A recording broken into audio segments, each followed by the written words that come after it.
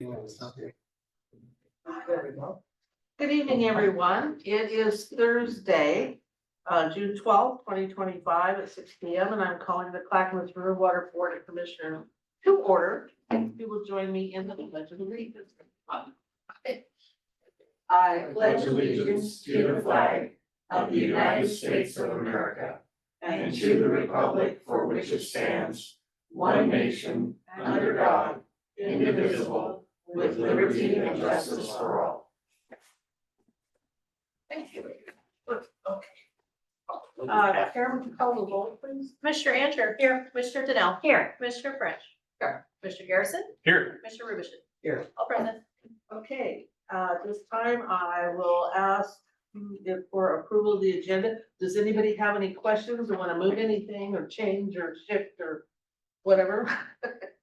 I No? move to, we approve the agenda. And I second. Commissioner Andrew. Yes. Commissioner Donnell. Yes. Commissioner French. Yes. Commissioner Garrison. Yes. Commissioner Rubischen. Yes. Okay, at this time I'm going to recess the regular meeting and I need a motion to open the budget hearing. I move that we open the budget hearing. And I second. Commissioner Andrew. Yes. Commissioner Donnell. Yes. Commissioner French. Yes. Commissioner Garrison. Yes. Commissioner Rubischen. Yes. Motion passes unanimously. Okay, the hearing of the Clackamas River Water Board of Commissioners, Cascade, Oregon, is called to order pursuant to ORS 192.640, 294.438, and 294.453 to allow members of the public an opportunity to testify regarding the CRW budget as approved by the Budget Committee on April 24th, 2025 for the biennium July 1st, 2025 to June 30th, 2027. The budget hearing will be closed by board action and approval considered on agenda item number 1. So do we have any public comment on the biennial 2025-2027 budget? Oh, thank you. Boy, she's You want to do a presentation or anything first? I was just gonna present and let the board know that we did bring the budget in April to the budget committee and it was unanimously approved. And we're excited to bring it forward to the board tonight. And again, it is here for resolution. You'll see later our total budget is $84,492,938. Nice. Do we have any public comment regarding the budget? No? Is this person here? No. Do we? No, I don't have anybody on here that's to speak to, but Oh, so. Great. Okay, so if nothing, then we will, no comments. Okay, then I'm gonna take a motion, close the budget hearing and reconvene the regular meeting. I move to close the budget hearing and reconvene regular meeting. And I second. Commissioner Andrew. Yes. Commissioner Donnell. Yes. Commissioner French. Yes. Commissioner Garrison. Yes. Commissioner Rubischen. Yes. Motion passes unanimously. Okay, thank you, everyone. Now is there public comment with regard to what's on our agenda for tonight? No, hearing none, then we'll go to the consent agenda. So are there any questions, regarding the consent agenda or anything? I move that we approve the consent agenda. I second.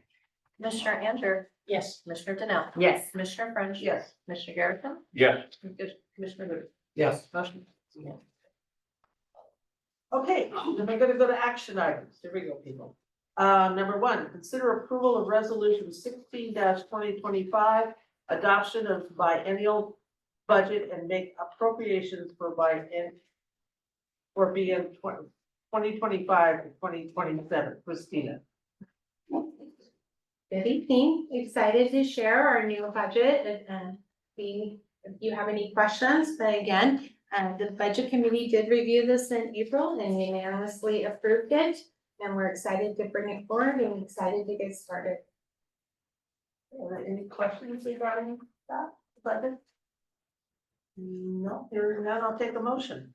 I move to approve resolution number 16-2025, adopting the budget and making appropriations for the 2025-2027 biennium. I second. Commissioner Anger, Yes. Commissioner Danell, Yes. Commissioner French. Yes. Commissioner Garrison, Yes. Commissioner Rucci. Yes. Motion passes unanimously. Thank you very much. Okay, on to item 2, consider adoption of resolution 17-2025 bond refinancing. David Albright? Mm-hmm. Oh, thank God.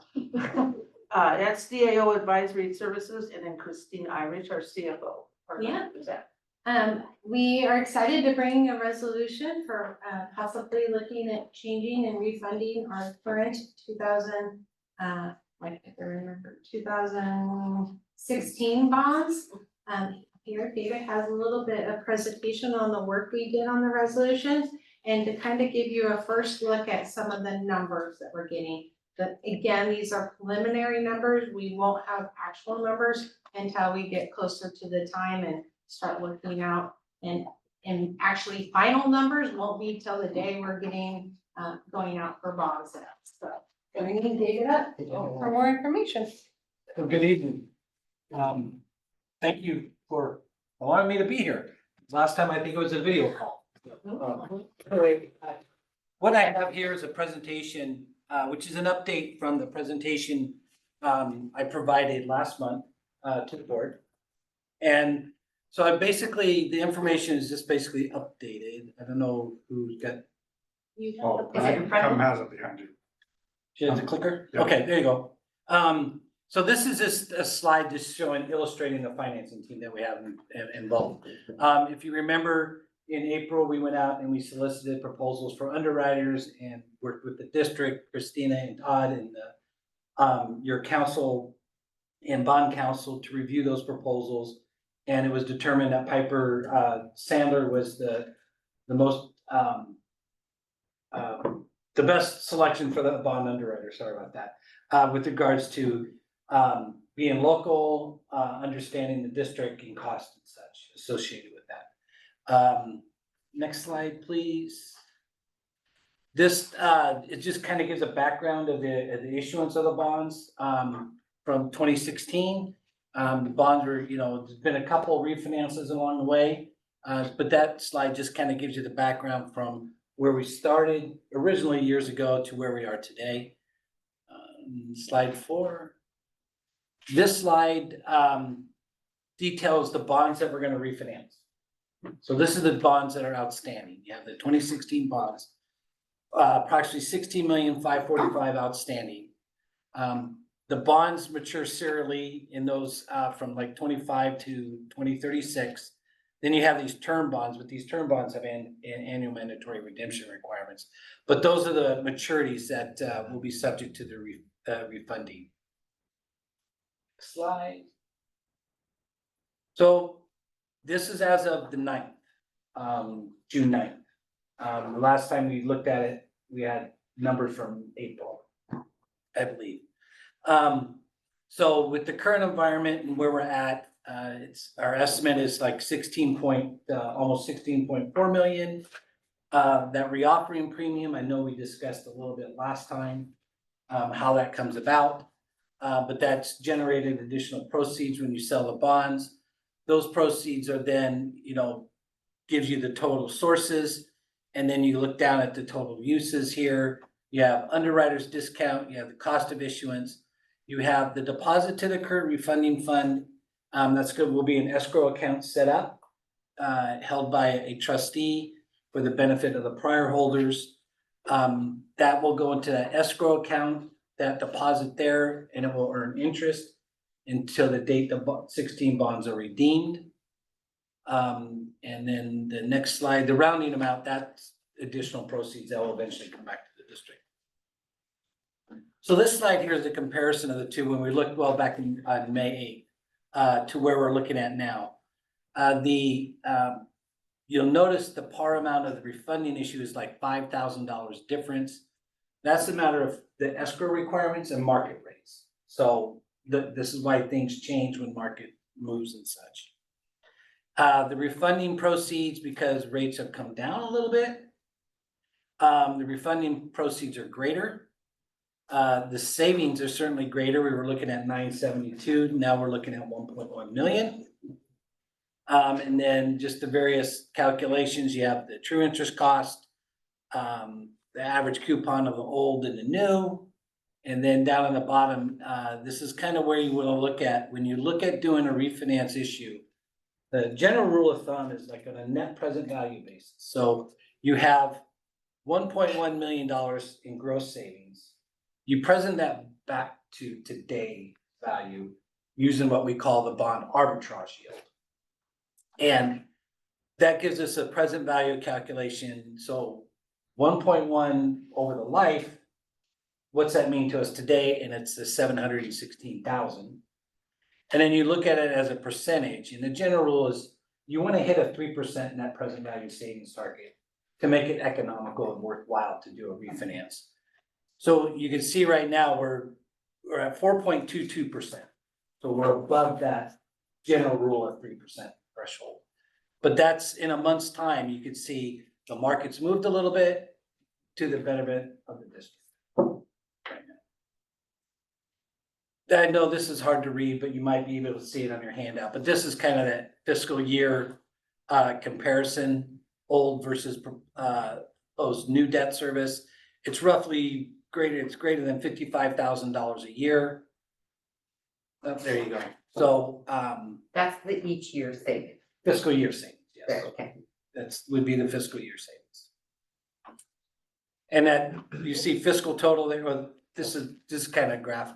But on the far right, the fiscal total, that tells you what the fiscal year savings are, and then that savings column just next to the left of it, that's like what you're saving each payment.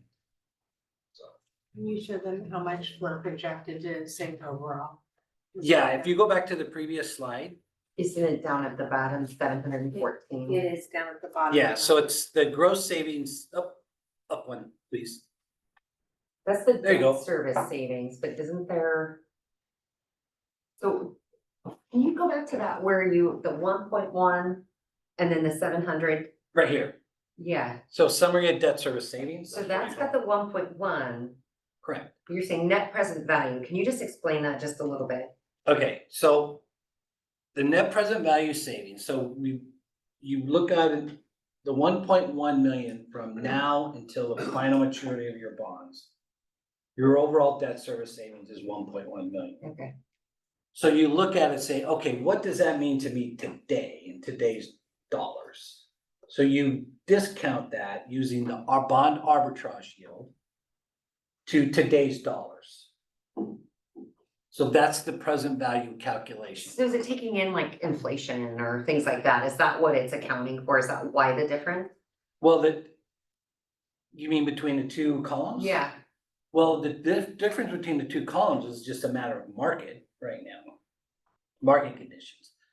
Once the rates are fixed, they're fixed, right? So inflation is not gonna matter. I mean, like what you're saying, the 1.1 is worth 714 today. Yes. But So a dollar, look at if a dollar in 25 years from now.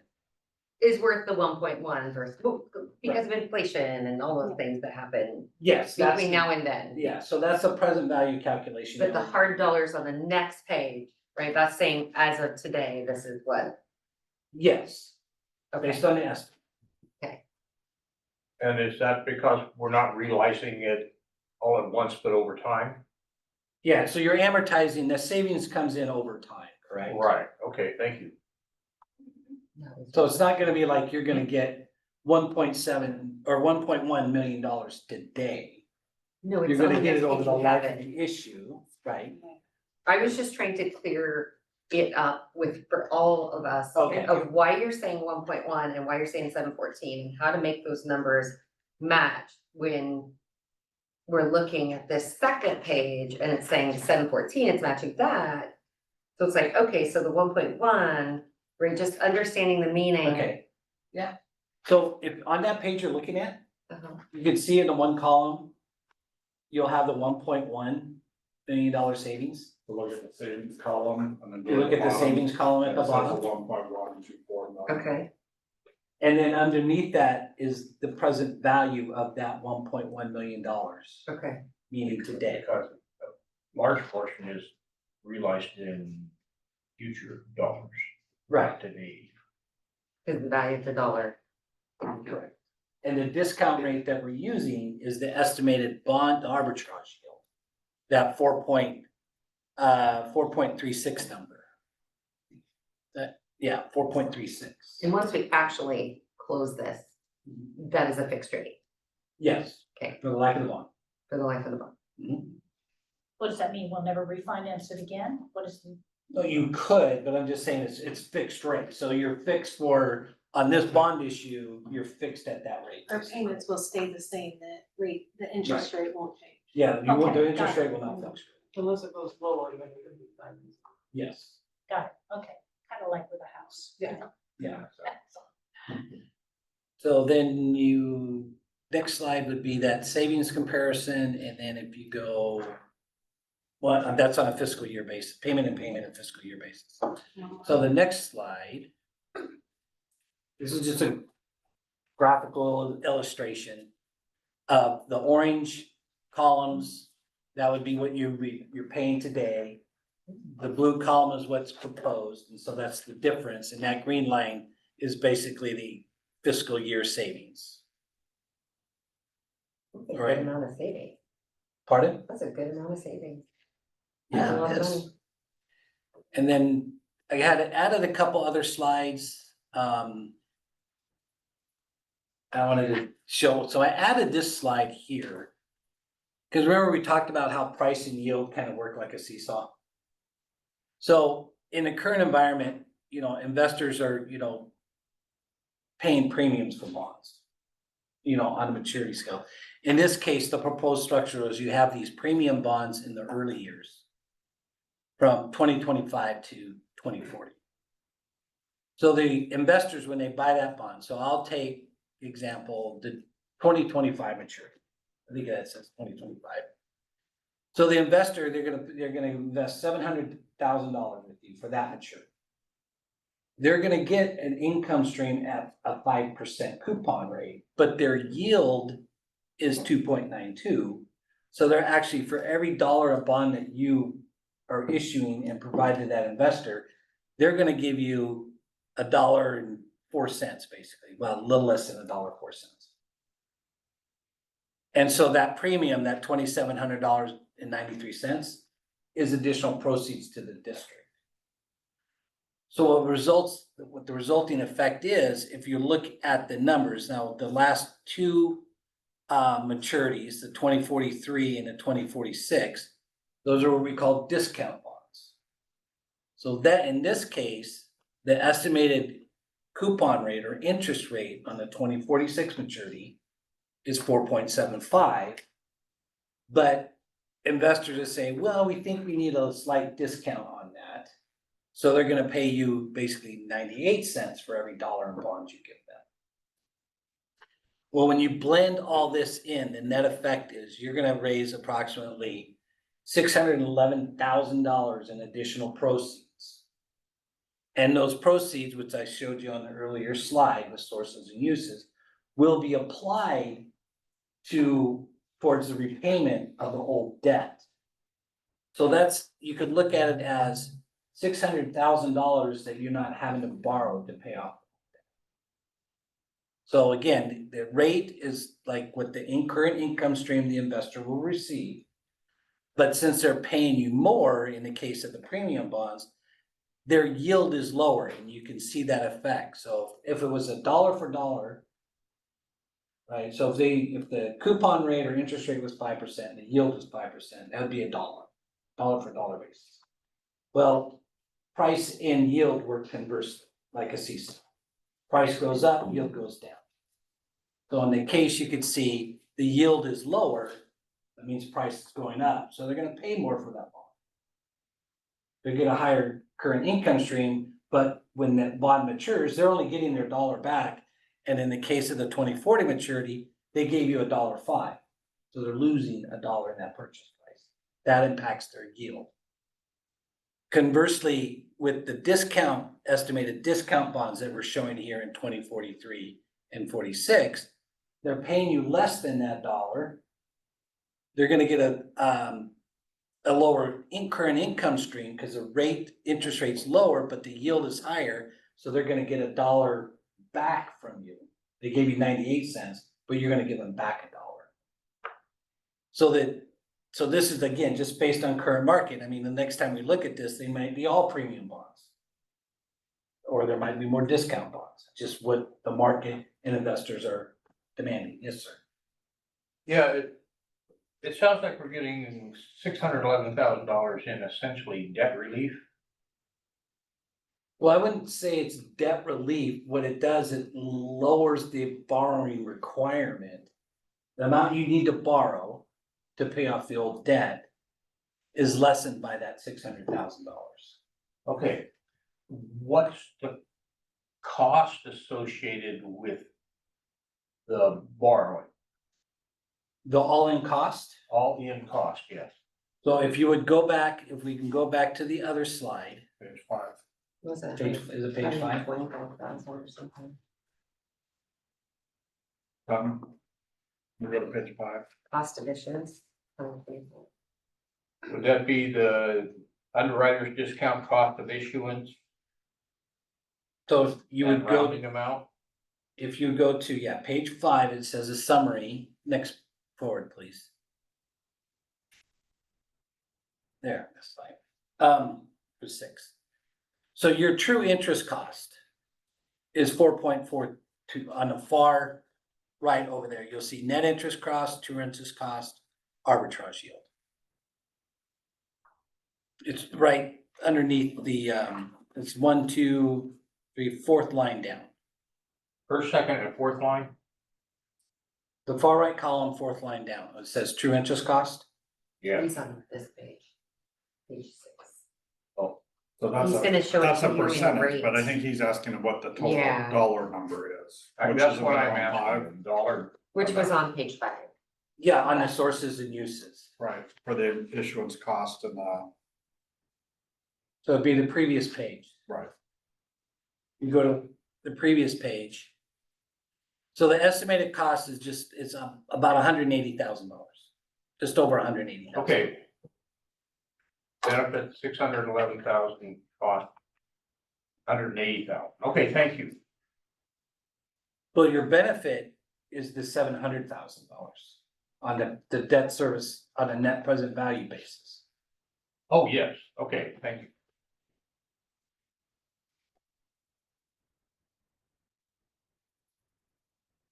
So all those net number, the gross savings number in all this accounts for all the cost, all that premium, everything that's involved.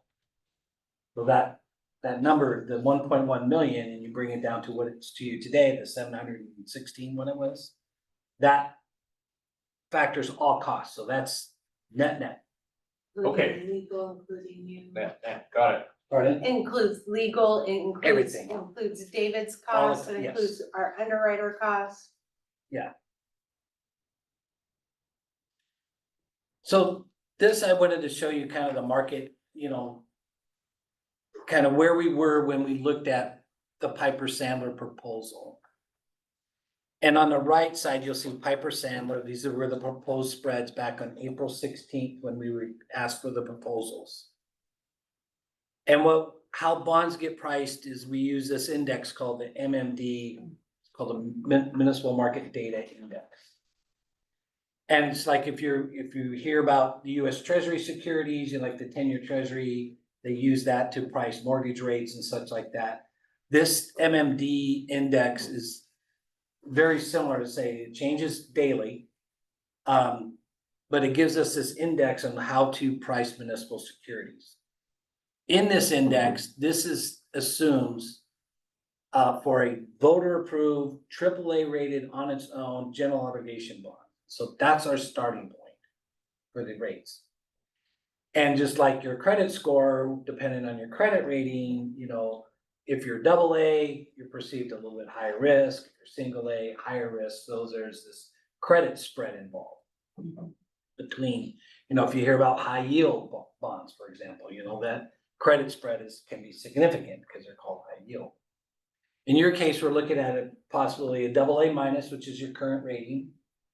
And so we look at the spread index. So when we looked at their proposal in the middle, where it's kind of more colored table, you'll see this spread. And in 2025, it's like 19 basis points, 18, 20. And if you go down to 2046, it says 60 basis points. So they're saying the yield for Clackamas River Water District on that particular day would have been around 4.94%. That's 60 basis points over this index. So again, credit spreads change, market rates change. So in that, they updated their number for me to look at what would the spreads be today. And they're fairly similar. There's some slight differences. As you can see out in 2046, they're saying that credit spread, because would be rated less than a AAA rated voter approved GO bond. They're saying that spread difference now is 55 versus 60 basis. And you can also see on June 9th that MMD index was 4.36. Back in April it was 4.34. So the yield's fairly close. It's that 3 basis points difference because you get the combination of the 55 spread and then the yield on the MMD index. So I wanted to show a comparison on credit spreads as well. And this is how we look at it when when Piper Sandler gets to the point of underwriting the bonds. We're going to say, well, I want to know where you were from the proposal date to where we actually are. And if there's a wide variation in that, if it's wider, meaning your yields will be higher, we're going to certainly have a conversation. Why is that? Say the interest rates may have changed and the credit spreads again will change, a little bit. But if there's a deviation, that's a material deviation from what they're telling us originally, they're going to have to justify that. And they're going to have to explain why, say, yield should be higher than what off the spread basis. So you can see again, that's why I wanted to show you the difference between the credit spreads and the current market at the time and those impacts on the yield to the district.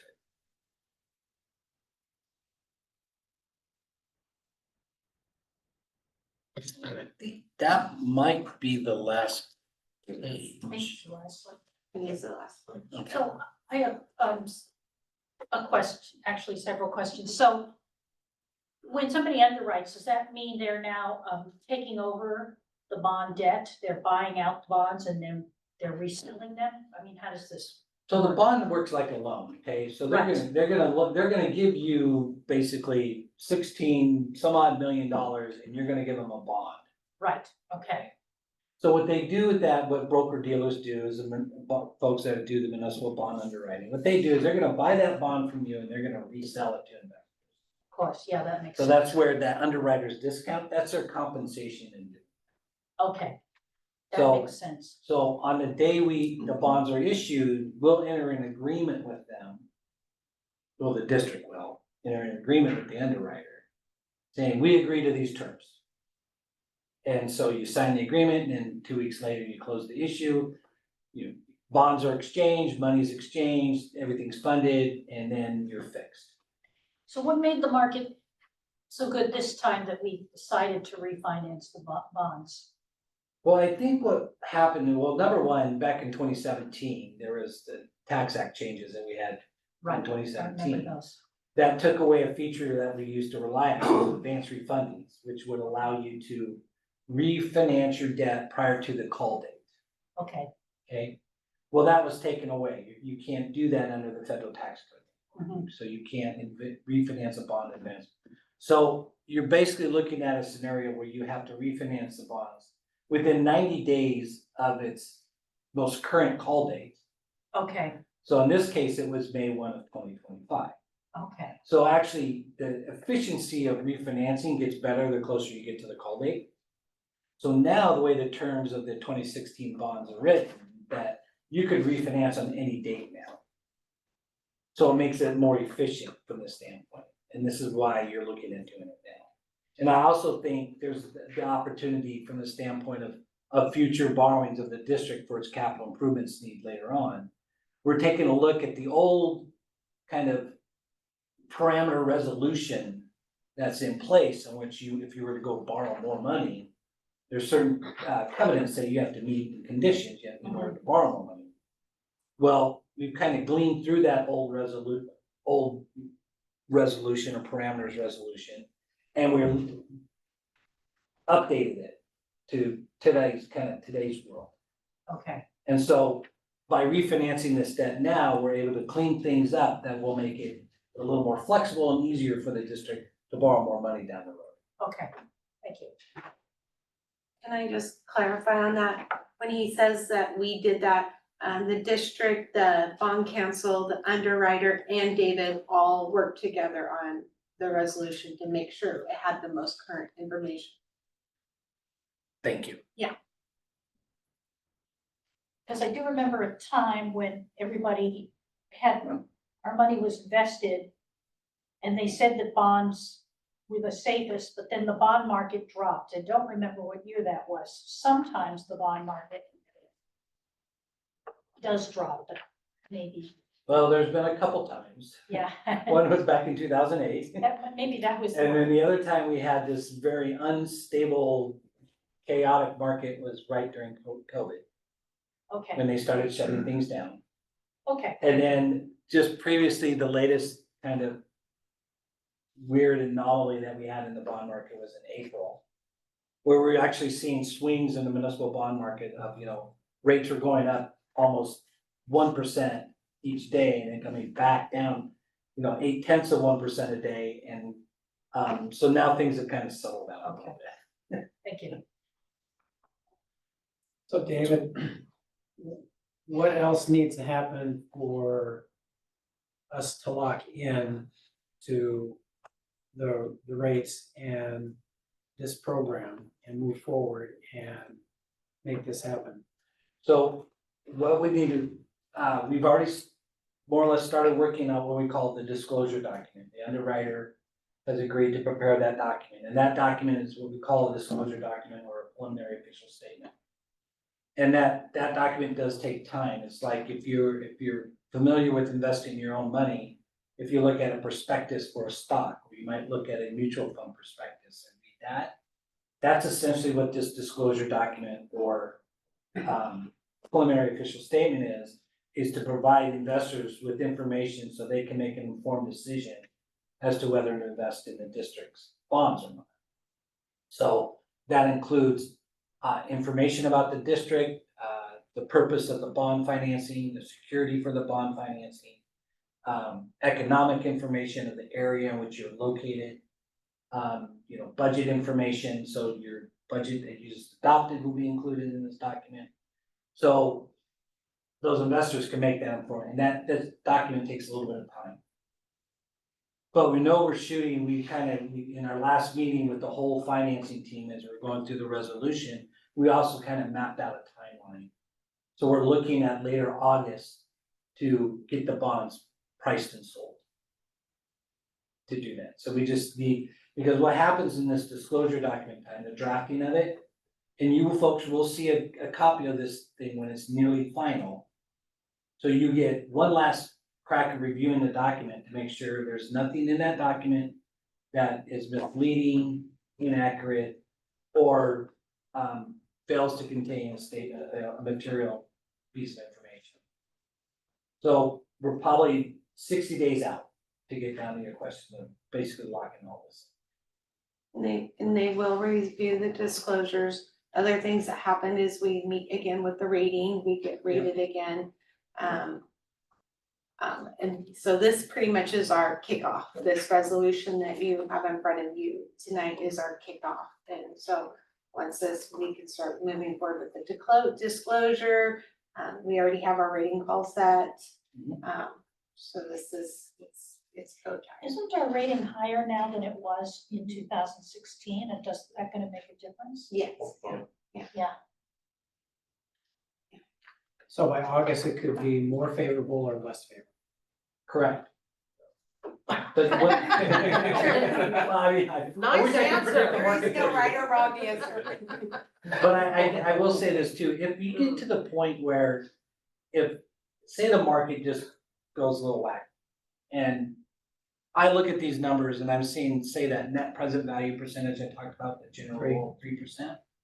If it starts getting close to that number, we're in a position where we can just postpone it. We're not gonna be locked into anything until actually the day we sell the bonds. So, we have that flexibility and capability. So this is what we call like a negotiated sale. So we selected the underwriter, we're gonna work with them, we're gonna negotiate the pricing, even on the day of the bond issuance. I'm usually on the phone with their underwriter, their bond underwriter. Actually, a week before, I'm probably on the phone with them daily. Where's the market, where we're going, what do you think, who might be buying, who may not be buying? And so, and then the day before we actually pick the day to sell the bonds, we have that capability if the market just, if we get close to that number, or it just does not make economic sense, we can just say, stop, we're gonna pull it, and we're gonna wait for a better day. So we have that capability and flexibility, whereas, At no cost. yeah, at no cost. And how long Good can that point, clock thanks. be on pause? As long as we need it. Okay. Mhm.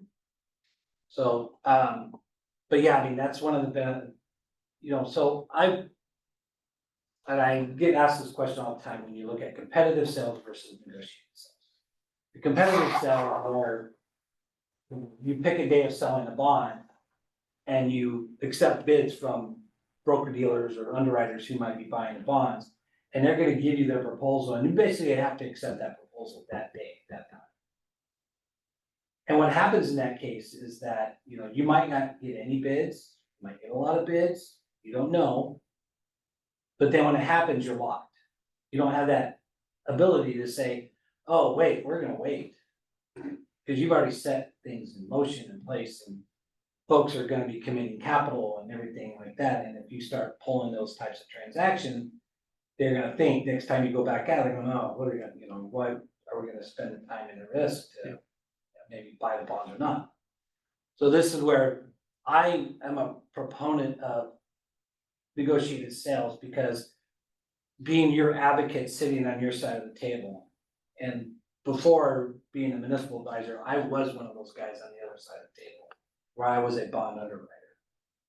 So I understand the market and the segment, where things are, how the market moves, where people are buying and all these kinds of things. That I have the ability to work with the underwriter and negotiate with them if they think, because I have my own comparables and my own sources of information. If I think their rates are too high, I can say, well, here's a comparable, it needs to be lower, you need to do a better job. So that's why I like negotiated sales, because if it's not there, we can just pull it. We have I like no that too. harm, no fault. So the underwriter is gonna give CRW money and we're gonna give them the bond. Right. And then they sell the bond to the market. How many organizations participate in something like that? Are they looking at, Yeah, you'd be surprised. I mean, is that gonna be sold to hundreds or thousands or a couple? Well, so the process when we actually sell the rate and deliver the bond and everything, this is how it's going to work. This is, so the day before we pick the day to sell the bonds, the underwriter is gonna have what they call an order period. So the day before we meet, have a conference call, we look at the yields, we look at the market, where we think, so the next morning, we kind of preliminary agree to say, yes, go out, test the market at these levels, or interest rates and yields. So the next morning, they have the order period, so that underwriter, he releases it to their whole network at Piper Stanley, and they got bond salesmen all over the country. They're gonna call various accounts, they're gonna be interested in buying your district's bonds. So at that time, there's also a system now it's called Game Day, or IPREO, where we can actually see how the orders are coming in. So the order period would be, say, starts at 7 and will close at 9. Like a 2-hour window. Wow. So they're getting indications of interest from various investors. They could be banks, they could be credit unions, they could be insurance companies, they could be individuals. Mutual funds, money managers, trust funds, folks that are in that business managing money for people. So it could be all like State Farm, for example, buys municipal bonds, Allstate buys municipal bonds. Nuveen, which is a mutual fund, PIMCO has a tax exempt mutual bond fund, Franklin funds, Tax Free Trust of Oregon. So there's a number of investors and money managers out there that look to buy municipal bonds, including it would be your district. It's pretty exciting. I've been on the floor at Piper Sandler's actually when we were selling our school bonds at one point. It was pretty cool. I was just wondering if like a biggie would show up and say, I wanna buy $16 million of that bond, Yeah, there can be. or can be, Oh, yeah. okay. I mean, We only have a minimum amount, we don't have a maximum. yeah, that's unfortunate too, because you can wind up with, say, $50 million worth of bonds. At a good rate, you're going, gosh, we can only sell 16. But, I mean, for example, at the end of May, or during the month of May, I worked with the Beaverton School District on a $400 million bond issue. So during that order period, it was an hour and a half, and by the time the end of it, they had $400 million in bonds to issue. Wow. They had $3 billion in orders. So we want to see that type of result happen, because with that, now it becomes supply and demand. And the underwriter goes back, you underwriter, you say, hey, go back to these investors and tell us who lower the yields, which is better for the district, and then see who starts dropping off. But so on that day of sale, we're gonna know where we're going. Be fun to be in the room. Well, you'll have access to it. We can access, so you can throw up on the screen, you can see how orders are coming in. You might see like the first 30 minutes, you're going like, oh boy, nothing's happening. And then all of a sudden, boom, the whole screen will light up with orders. So, Very cool. Okay, thank you. All right, so tonight, what we're asking you to do is we have a master resolution that we went through, the team's gone through, but we need your approval in adopting this new updated master resolution to allow us to continue on move forward in this process. I just have one comment, in the thing that we got in our packets. On page 12. Christina?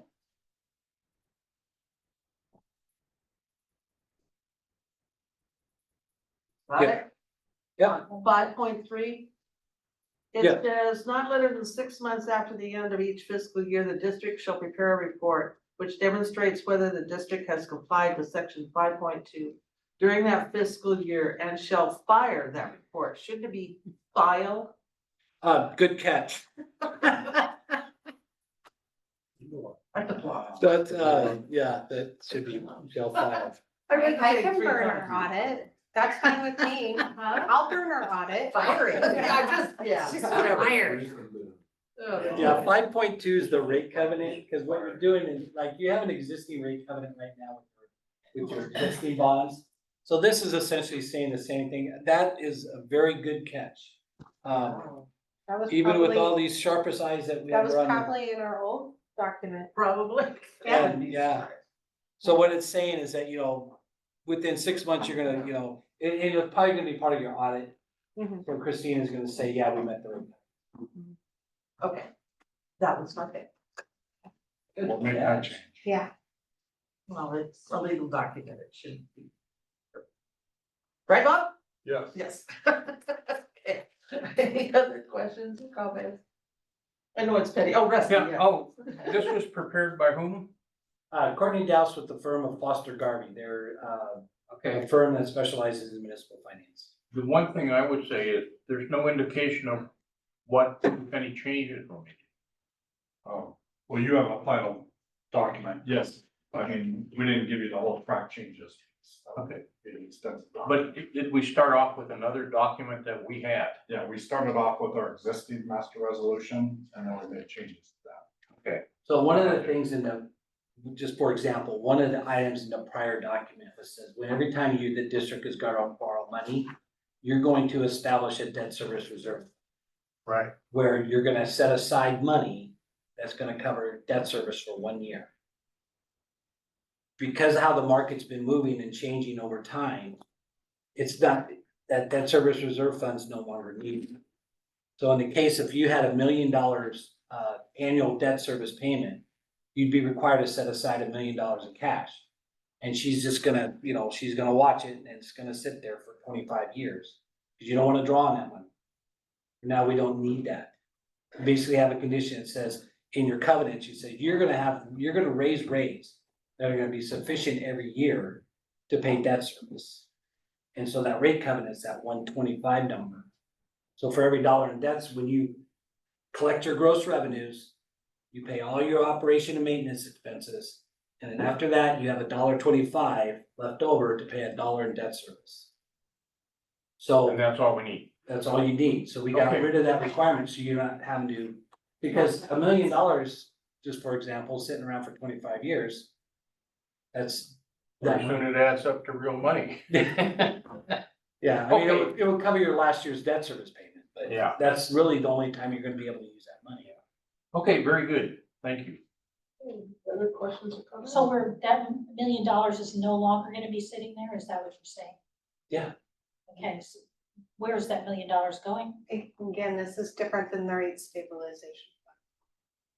fund. Reserve is also, so just making sure. Oh, yeah, so the rate stabilization account, that's what you have, Yes, that's Yeah. what we have. is different than the debt service reserve. So your rate stabilization fund, okay. Let's see if I can thumb through this real quick to see what other changes we had real quick.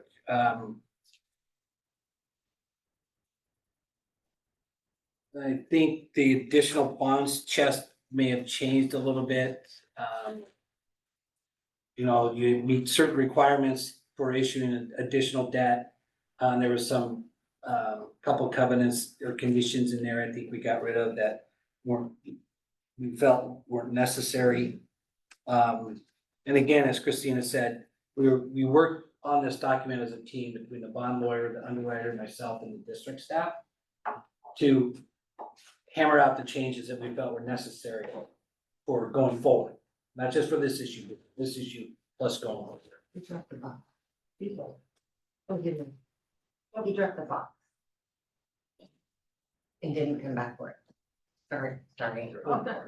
I just Oh, happened no, to see. I thought he something. stopped, he was gonna get it.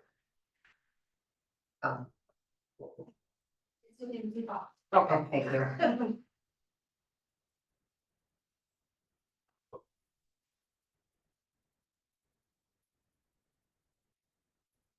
Yeah, I think most of it, a lot of it was just updating the language to current terminology used by bond counsel and bond underwriting. Yeah. yeah,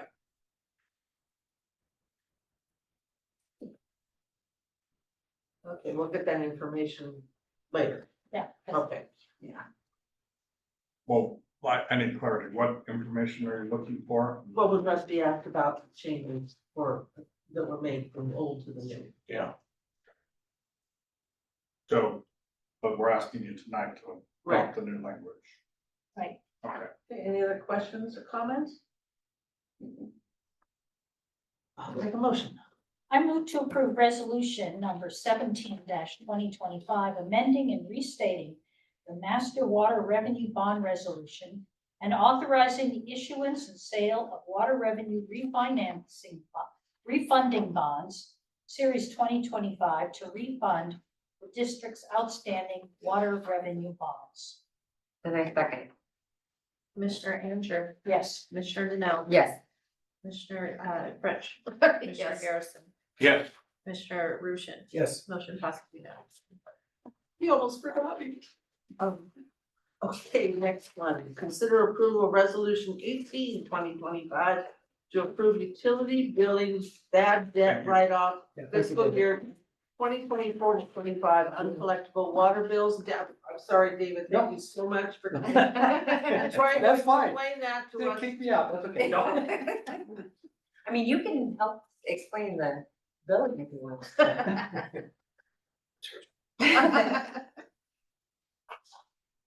Thank you very much. I'll Thank get out of you, your way Oh, and, We appreciate you being here. follow up with any questions you may have and any information you need. Okay, thank you. Thank you. Yes, Excellent. thank you very much. Yeah, I'm gonna head out. Okay. I gotta head back to McMinnville. Good to see you in person. Yeah, it's nice to see all of you. Thank you. Okay, thank you. It's me again. It's the purple one. Okay, yes, I am sorry. I was pretty sick last week when I finished my document and didn't realize till today that the actual numbers that we were writing off aren't on the original. So now you got a pretty purple one with the total numbers. So I apologize about that. We are bringing to you, I think 27 accounts, or I'm sorry, 77 accounts. For banks, there was one bankruptcy, 6 commercial accounts and 70 residential accounts. The total that we're asking is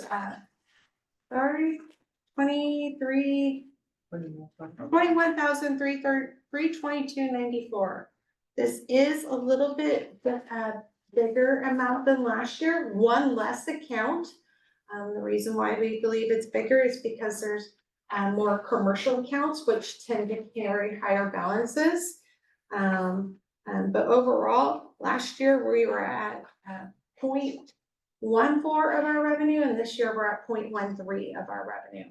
And I know in this year, we have started to really look at bad debt and make processes to try to collect, and working with collection agency. Any questions? I'm looking at these commercial debts.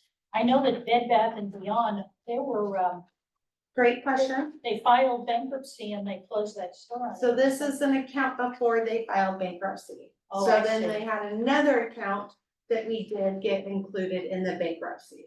So these were accounts that we had with them that were closed prior to the bankruptcy. So when that happens, those ones don't get lumped in. It was a different, very Okay. different. Yeah, I had the same question. Okay, And do we get the money Nordstrom. from, do we end up getting the money when these businesses go bankrupt? Do we get part of the money? I don't know how that works.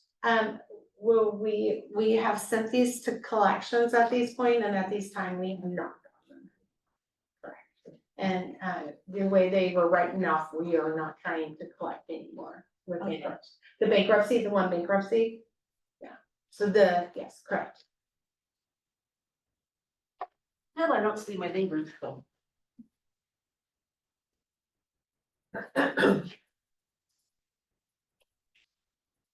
Still a lot Yeah. of people.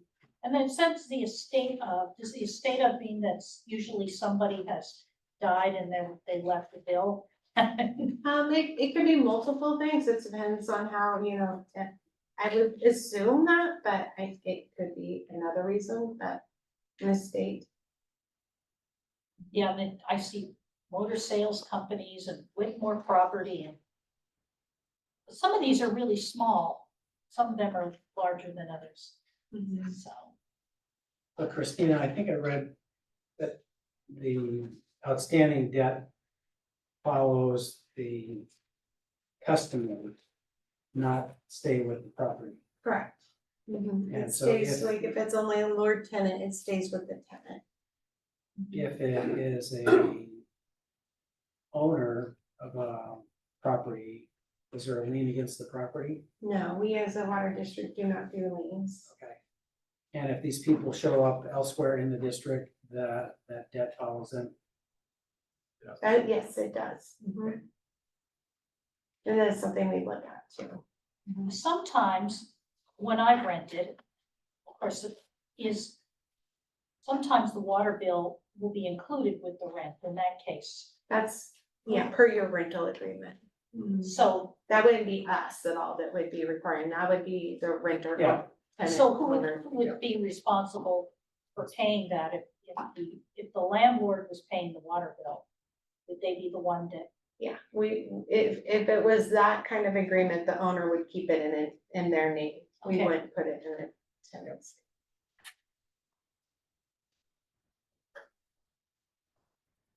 Okay, any other questions or comments? No? All right, then I'll take a motion.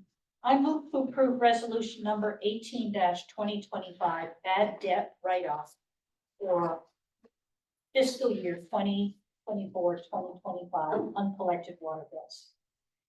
Second. Commissioner Anger, Yes. Commissioner Danell, Yes. Commissioner French, Yes. Commissioner Garrison, Yes. Commissioner Ruble, Yes. motion passes unanimously. Okay, next up, consider second reading by title only and adoption of resolution number 13-2025, adopting Clackamas River Water Investment Policy. Christina, you're still in the hot seat. Yeah, and my last one. I like with you guys. I've been making sure I have a lot on the agendas lately. This is our second reading. We brought it to you. We let you know we worked with, Karen, Todd, and, Bob Seringer worked together on updating our investment policies. And that is what we're bringing forward to you today, as our second reading. Are these comments? So this is, I wasn't here last month, so I'm trying to. What do we mean by Clackamas water investment policy? Great question. So we have to have a policy on how we invest our money. Currently, if you read this, we do invest our money in our local LGIP. This means this gives us certain rules and procedures that we have to follow in accordance to our policy on how we invest. And this keeps in mind, as we're moving forward with bond financing, it all has to be included in here too.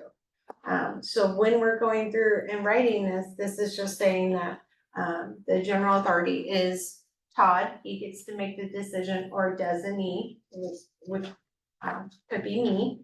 And that we will do reportings to you, that we have allowable investments. We have only certain ways that we are allowed to invest our dollars. Talks about our accounting, how we have to handle it in our general ledger. So this is just pretty much giving us all of our guidance and rules on how we're supposed to handle our investments. Okay. Yeah. What was those first letters you used? Local government investment pool. It's Okay. like a big savings account the local government use. Okay. great, But thank you. we can only invest so much in there. So once we get to a certain threshold, we have to look at other ways. So that's why it's important to have a policy in place prior to doing it. Okay. And you're still getting pretty good interest. Yes, we are. Yes.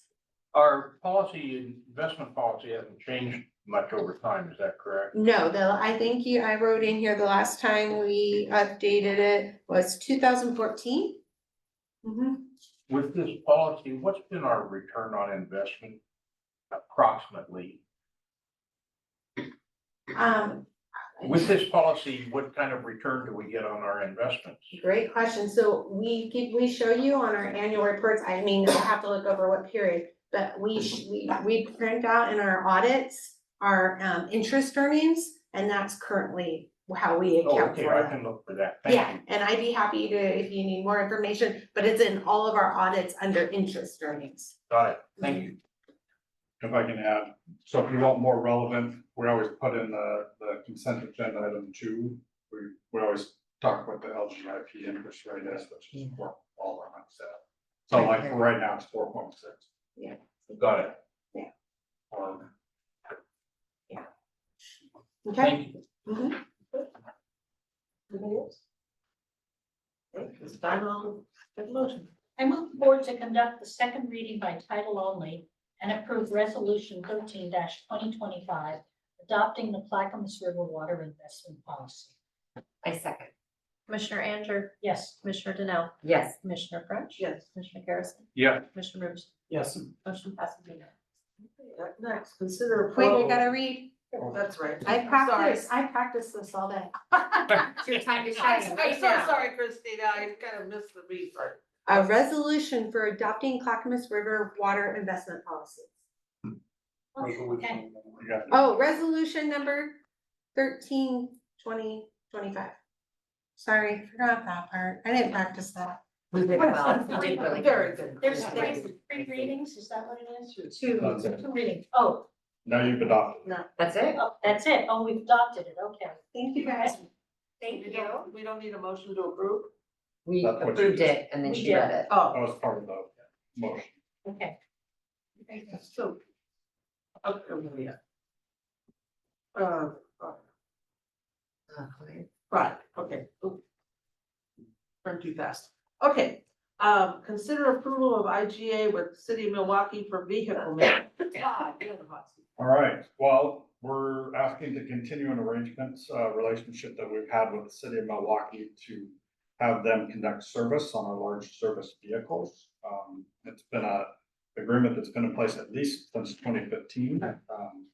And so the current agreement is set to expire, so we use this opportunity to revisit, look at that agreement. City of Milwaukee wanted to add some, or revise that agreement a little bit, so they developed the agreement. We've reviewed the agreement, Bob has reviewed it and signed off on the language. I think the benefit to the district is working with the city of Milwaukee in this way on our large service vehicles. It's a lot more economical for us, we get favorable pricing, and plus it's just frankly a lot more efficient for us. They have the ability to address a variety of our needs, with kind of a one-stop versus having to take vehicles to different places to have it repaired. So it's been a great relationship and we want to continue with that, but we need your approval because that's an intergovernmental agreement. Were there any major changes to the agreement from the past or pretty much the same? Pretty much the same. I'm trying to, I don't remember anything significant. I don't remember anything significant. Okay. no.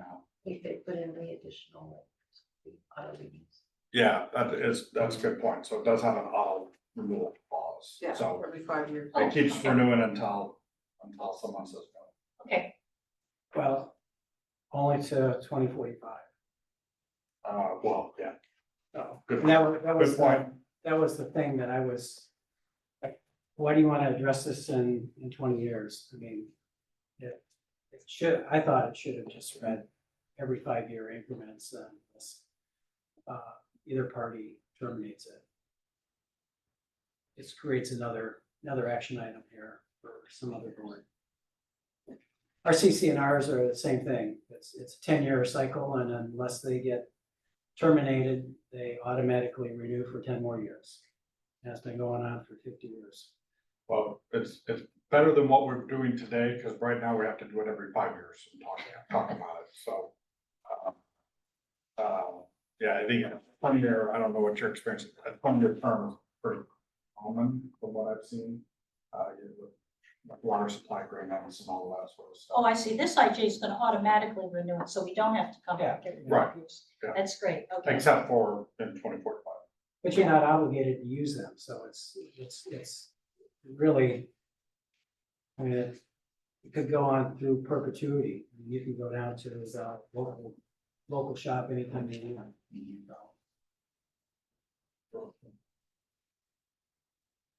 I will point out, the city of Milwaukee's already approved this, so Okay, great. the board's the final step. Okay, more discussion, comments? Oh, Rusty? Yeah, I imagine the city of Milwaukee realizes some efficiencies of scale with this agreement too. Do they, would you say they do?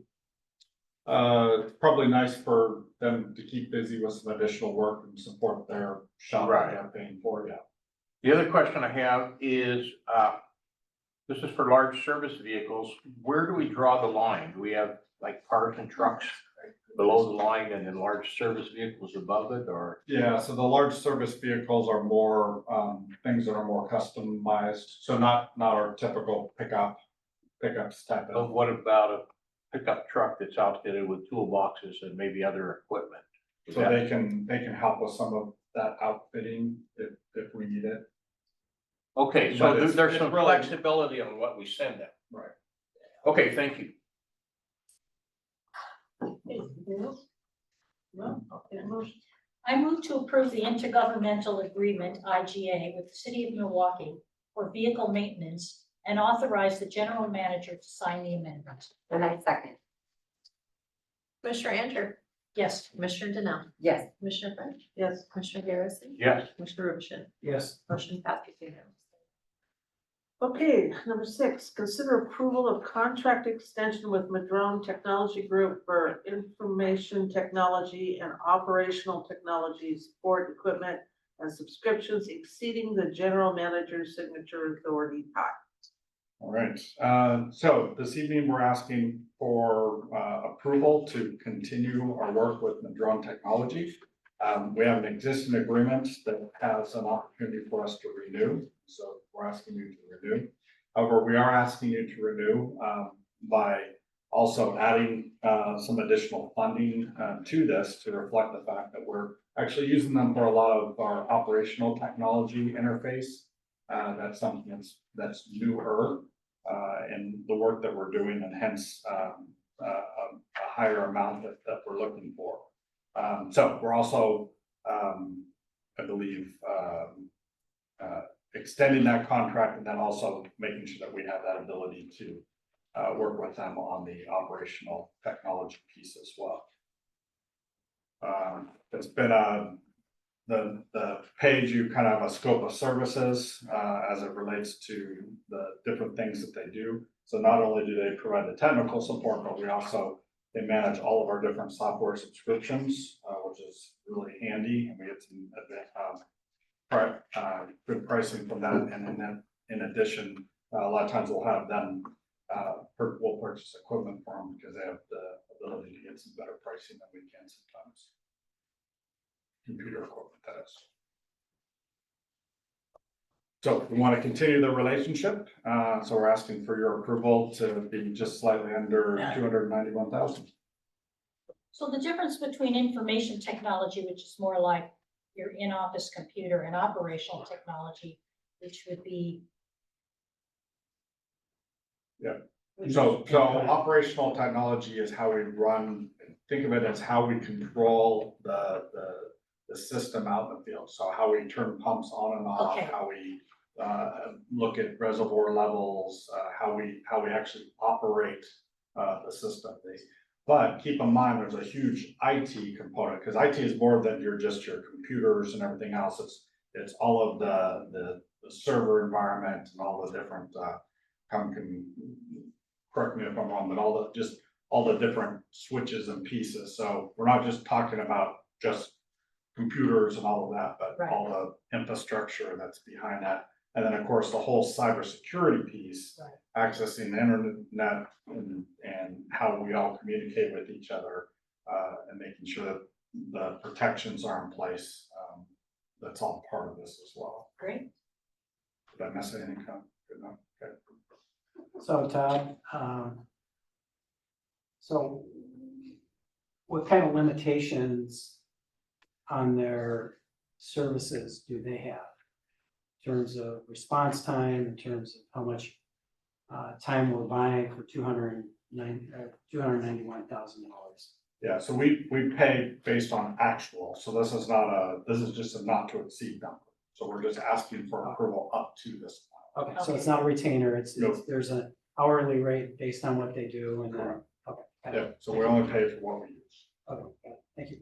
And they have been, it is nice that they are a local company, have a long history with us. Yeah. And frankly, I think we found their service to be very good. Great. Not just good, but very good. Russ? Yeah, Todd, you indicated that they're increasing their contractual services. What's the approximate increase that we're seeing in terms of percent? Oh, knew that Just was, approximate. knew that was coming up, and I. Back in had April, you notes. approved an amount of, I had a cheat sheet too. It's right where you put it safely. On the desk. What's that? I'm gonna say.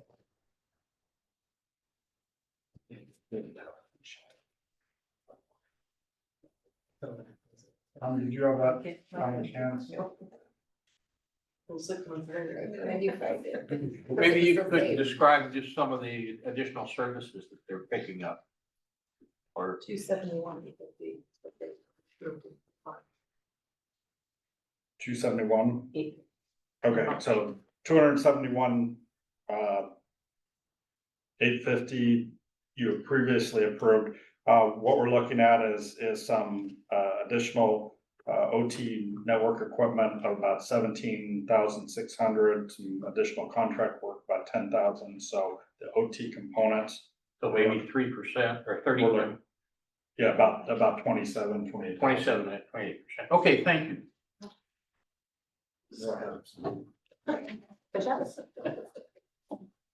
Anything else? Take a motion.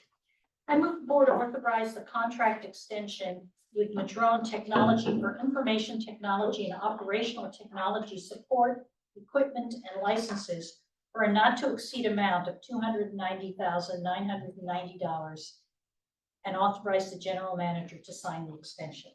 And I second. Commissioner Andrew, Yes. Commissioner Danell, Yes. Commissioner French, Yes. Mr. Garrison, Yes. Mr. Rubenstein. Yes, Motion passes unanimously. Item number 7, reoccurring payments. Consider approval of increase in the not to exceed amount reoccurring payments fiscal year 2024-25 in excess of the general manager's approval authority. All right, so this one, I need to do a little bit of explaining, because I don't think we've approached you about something like this before. So every year in July, we bring forth a list of vendors that we ask you to approve in one fell swoop, of reoccurring purchases that we have that are gonna be in excess of my authority. And so it's things like power, our PERS costs, insurance costs, all of those type of things. And the idea is that we get your approval once and for all, so we don't have to keep coming back to you all the time. What we found this year and kind of looking through and preparing for what we're gonna bring to you next meeting in July, which will be this reoccurring contracts, we realized that some of the amounts that we asked for you way back in last July aren't enough to cover what we had planned on. And so what we've done is we've identified those items and kind of given you some background where we're asking for some additional authority as far as the spending. So there's two things I want to point your direction to. One is the exhibit, which will list the vendor number, and it talks about what was previously approved and then what this new not to exceed amount would be approved. So for instance, if you're looking at the exhibit, it says organ PERS. So one of the things we previously asked you to approve, 950,000 in last July, but in reality, we think we're gonna be closer to a little over 1,050,000 or 1,051,000 closer. And there's reasons for that. So one of the things, just to pick on a PERS piece, that's a change where the board approves picking up 6% as it relates to like management, non-represented, and so that wasn't a cost that we weren't aware of back in July. July credited an additional lead. Portland General Electric, again, a lot of this we're trying to do our best guesses as it relates to what's happening when we ask you to approve things in July, but things change after we've asked you. And so, for instance, PG had a bigger rate increase than we anticipated. Similar with South Fork Water Board, they had done their annual, they had done their rate increase to us that was frankly overdue. And so then that ended up being much higher than we anticipated. Oregon City, we just purchased more water than we anticipated. And Principal, which is insurance, one of the things is they're also managing our Pay the Organ program as a third-party administrator, and so that's an additional cost that we're having to do. And then chemicals was another area with the Cascade Columbia piece, which will actually be an additional agenda item after this one, so. So what we're asking you to do is to revise the approvals for those entity or for those vendors that are listed to increase that recurring purchase. And this is just to finish out this year. This is not moving. This is just to finish out the fiscal year. What's the additional amount here? So if you go on the exhibit, Right, So you have the approximate annual dollars is what you previously approved, and then the new not to exceed amount is the new not to exceed amount that we're asking you. Oh, So essentially eight, So whatever the difference is between those two columns. okay. essentially eight vendors. Correct. Okay, Any other questions or comments? Take a motion. I move the board approve the increase to the not to exceed amount of recurring purchases for fiscal year 2024-25 that are over $75,000 over per the attached list. I second. Commissioner Andrew, Yes, Commissioner Danell, Yes. Commissioner French. Yes. Commissioner Garrison, yes, Commissioner Rucci. Yes, Motion passes unanimously. There were just two overs in there, so I got caught up. on the overs. Okay, number 8, consider approval of amended and restated contract with Cascade Columbia Distribution Company, Inc. for fiscal year 2026. All right, so this is involving looking forward with this company. You just authorized us to finish out the year with them, but now we're entering into a new contract with them moving forward. One of the complicated factors with Cascade Columbia is we actually buy multiple chemicals from them.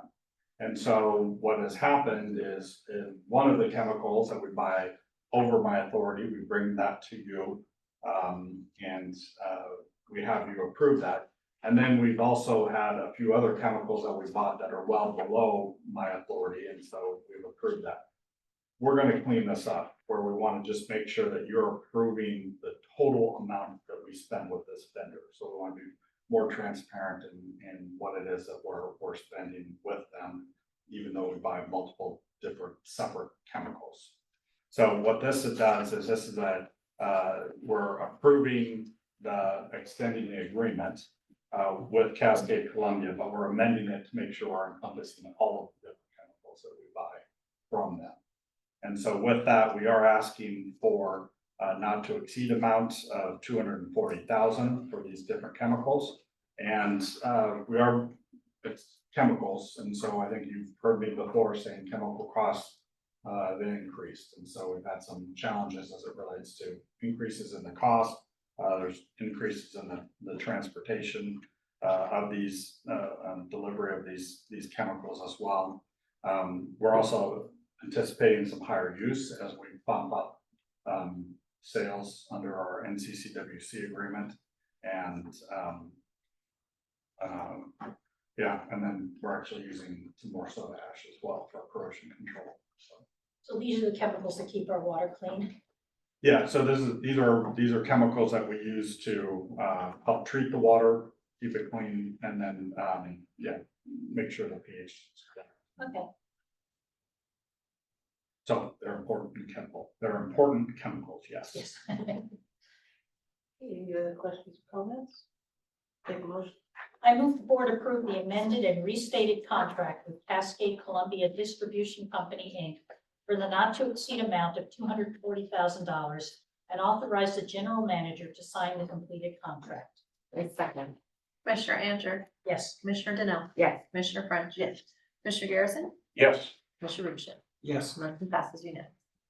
Okay, number 9, consider approval of the amendment to the Ecom Secure contract for security monitoring and equipment maintenance in excess of the general manager's approval authority.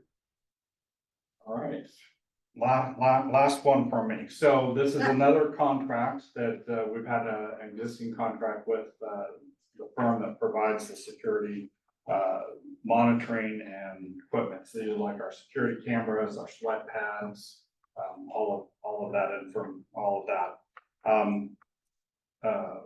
What we're asking you to do is approve this contract, given the fact that it's now kind of bumped over the amounts of my authority. So I think previously it was under or within my authority, so you didn't see this before. So again, they're a vendor that provides all that different services. What this contract does do is it allows us to have a little bit more additional monitoring service. We've identified some additional cameras that we want them to include as part of our monitoring program. And then we've also noted, that there's some additional work that we need to do as far as some wiring and access pads that we wanted them to install that wasn't included in the original installation plan. So, yeah, so given that it's over my authority, we're asking for the board approval. Questions or comments? Take a motion. I move the board to approve the contract amendment with EPAM Secure for security monitoring and equipment maintenance for a not to exceed amount of $87,000 and authorize the general manager to sign the amendment. My second, Commissioner Anger. Yes. Commissioner Danell. yes. Commissioner French. Yes. Commissioner Garrison. Yes. Commissioner Rubenstein. Yes. Motion passes unanimously. All right. Yeah, you're not done yet. Management report, Todd. All right, well, I don't have a whole lot. You had already received the copy of the water quality report as part of the board packet, so I wanted to thank Tracy Triplett, who put all this together. I loved how she included a variety of photos of our staff and their work in the different areas. Got to use some great drone footage photos as part of this, but I don't want to lose sight of the fact that this is an important document that's available to all of our customers and anybody in the public. Make sure that they understand what sort of water quality. We got a little post, or my husband got the little postcard. Perfect. Yep, that was it. Yeah. That was the other piece I was gonna make sure that you're aware of, the distribution. So we have to make sure that we're informing all of our customers before July 1st. Normally, we've done that through a bill insert, but because of our Springbrook transition and so on, we have to delay that first billing until after that July 1st deadline. So we've sent out the postcard to make sure that everybody has that information available. People can either scan it, it's available online. There's a QR code and the web link that you click on. And then if you want old school, we'll turn around and send you a copy, printed copy as well. So it's a great document that kind of just shares quality water that we provide to folks, and hopefully people find it to be reassuring. We'll let people know that we're doing a good job. I noticed that with respect to Ted has his picture on there. He gets around everywhere. Well, there he is, yeah. Yeah. He's There's- with everything. There's a number of different staff involved. I know, but That's good. he's always proud of it. So that's what I want to make sure that, even though it's not part of your folder, I want to make sure you're aware of that. Also, your monthly report that you received, nothing too earth shattering there. I would point out on page 5, when we talk about revenue, we are doing pretty well as it relates to water sales. And so that's a good healthy number, especially when you're looking at how we're growing. That's going to be really important, especially as we continue to prepare for some of these more aggressive capital improvement projects and needs that we've approved as part of the budget. So that's good, and that's going to be helpful as we move forward. The one other thing that I would point out that I have to admit was a bit of a surprise to me was we've transitioned from the snow water equivalent graph to the river flow graph. And the river flow graph was a little shocking. We are a little bit lower than what I hoped and anticipated for this time of year. So obviously we'll be watching that closely as we proceed. So Well, I see that at the top line, it says as of May 7th, the Clackamas Basin snowpack has melted, and that was prior to the last few days of these record heat days. true. I didn't realize it had already melted, Yeah. even before the event. I Yeah, would have assumed this would have melted completely. well, it's gone now.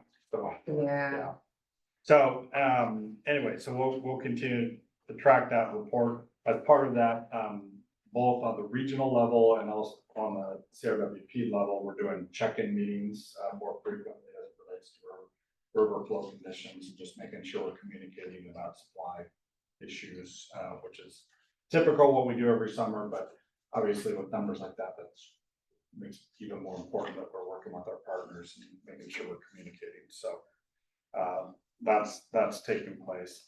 I'm not gonna go in detail as far as all the information that's included in agenda item 10. I do want to thank, Commissioner Andrew for providing the information as it relates to the Regional Water Providers Well, Consortium. it was a Board. lot more information. It got cut way down. Yeah. I'll do a very quick report when we do our. Perfect. No, that'll be good. And yeah, thank you to Karen for pulling a lot of this together. Unfortunately, I was out, when this was due and needed that, so appreciate the help, with that. I think some things to just be aware of is our office will be closed next Thursday in observance of the Juneteenth holiday. And so we'll be closed on June 19th. And then I've mentioned this multiple times, but if you want to give blood, June 24th is the day to do that. Be here in the boardroom. It's also known as Christina's work anniversary day, so we're making people bleed on her anniversary day. That's good. What, a year? Mm-hmm. You've been here a year already. Wow. And then we'll have the agenda setting meeting for the July board meeting on June So- 26th. Will you be at that or am I gonna be at that? Tessa will be going to that. I have to. Oh. I have to go. But I have a time, You have a time I have a problem. time conflict. Okay, well, we can work Yeah. out details after that if we need to shift it, so. And then, of course, we close on the July 4th holiday, as well. I think the other thing to be aware of is I do have vacation plans at the end of June, through, the July 4th holiday. For you to be aware of it, and then Christina will be in charge, during that time, and so everything's gonna go super smooth. The only other thing that's not in your report, that I just wanted to share is, I know I sound like a broken record every time, kind of talking about where we're at with staffing and all that. Oh, yeah. We have all of our positions filled. Oh, thank God. The last time I got to share that. First That's time our in 20 years, Wow. yeah. So we are fully staffed and off and running, so we're still waiting. There's Okay, a nobody couple, gets to quit. no one Yeah, has to quit, right. yeah, they bet. So, yeah. Yeah. So I thought that's some great news. I'm very excited about the team that we put together. Nutrition and stuff. Yeah, it's actually making me smile a lot now. So very No more excited about. interviews for a while. We're very excited about where we're going and where we're heading. So that's very good. All right, that's all I have. All right, again, I have to ask, is there any public comment? Chris, you're leaving? Is that your I thought you were comment? gonna stand up and say Oh, something. I'm Ubering mom around. Okay. Okay, bye. Come on, hon. All right, then we'll go on to commissioner visits, reports and reimbursements. Naomi? Yes, so I did attend the June 4th consortium board meeting. We started with a presentation by Laura Nolan of Shelter Box, which is an international nonprofit that provides emergency shelter following disaster. She gave a talk on the importance of clean water in disaster response. Elections were held for the board chair and vice chair. They were both reelected. Gary Barth from Sunrise was reelected vice chair, so that was nice. And we had updated consortium staffing agreement with the city of Portland was passed. We extended the agreement to 10 years from 5. You may not know, but the staff of the consortium is actually from Portland Water Bureau. They provide us with staff. Riverboro Water District requested membership and request was approved. A carryover resolution of 40,000. Oh, wait a minute. Must have been more than that. I might have made a mistake. Well, there was a carryover from what, that's no big deal. The director's report, there was interesting regional interconnections workshop. They discussed interconnections between water districts following disasters, and we've talked about that in the past. They said it was a very good workshop. There was also a UASI funded emergency drinking water tabletop. And there's an updated emergency contact list. And then she did a quick review of legislative updates on water bills passed by the state. There's a water workforce development that's being closely monitored, water resources department fee bill, and another Senate bill that provides changes to groundwater management, which wouldn't really affect us. There was recreational immunity for cities and counties was passed. I And thought was a special really, district. that was a really good thing, so that if you're walking on a path and you trip, you can't sue the park person. So when you work for the city or the county, you don't have to worry about being sued by the public, which is a good thing. And staffing update is there's 2 retirements. Patty Burke, who's keeps track of everything, has retired but will continue to work till June 2026. You know how those things go. And Rebecca Geeson, our fearless leader, is retiring on October 1st, but she will continue to work part-time until we get a new leader, which was really sad. I really like Rebecca. And then there was a program report, emergency planning and conservation summer media campaigns will be starting in July. Sometimes you see those on the buses. Yeah, that's put out by the consortium. And the next consortium meeting will be October 8th, and it will be an in-person hybrid at the Parkman building. So we'll get to say goodbye to Rebecca and Patty. Wow, and that's it. It was a good meeting. No, NCCWC is, I think, the 26th of June or something like that. Yeah, I think that's right. Okay, I'm going to pass on the little stuff and go on to the big stuff. Commissioner Rubischen, unfortunately, this is your last meeting. You can quit smiling now.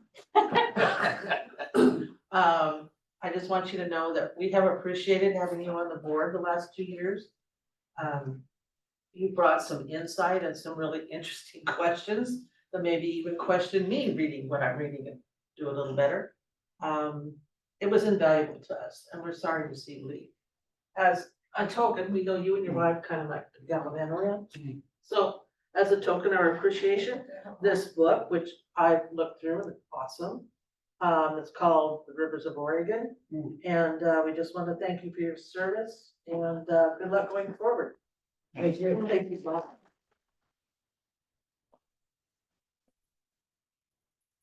All right, anything else? That's all, folks. I adjourn this meeting.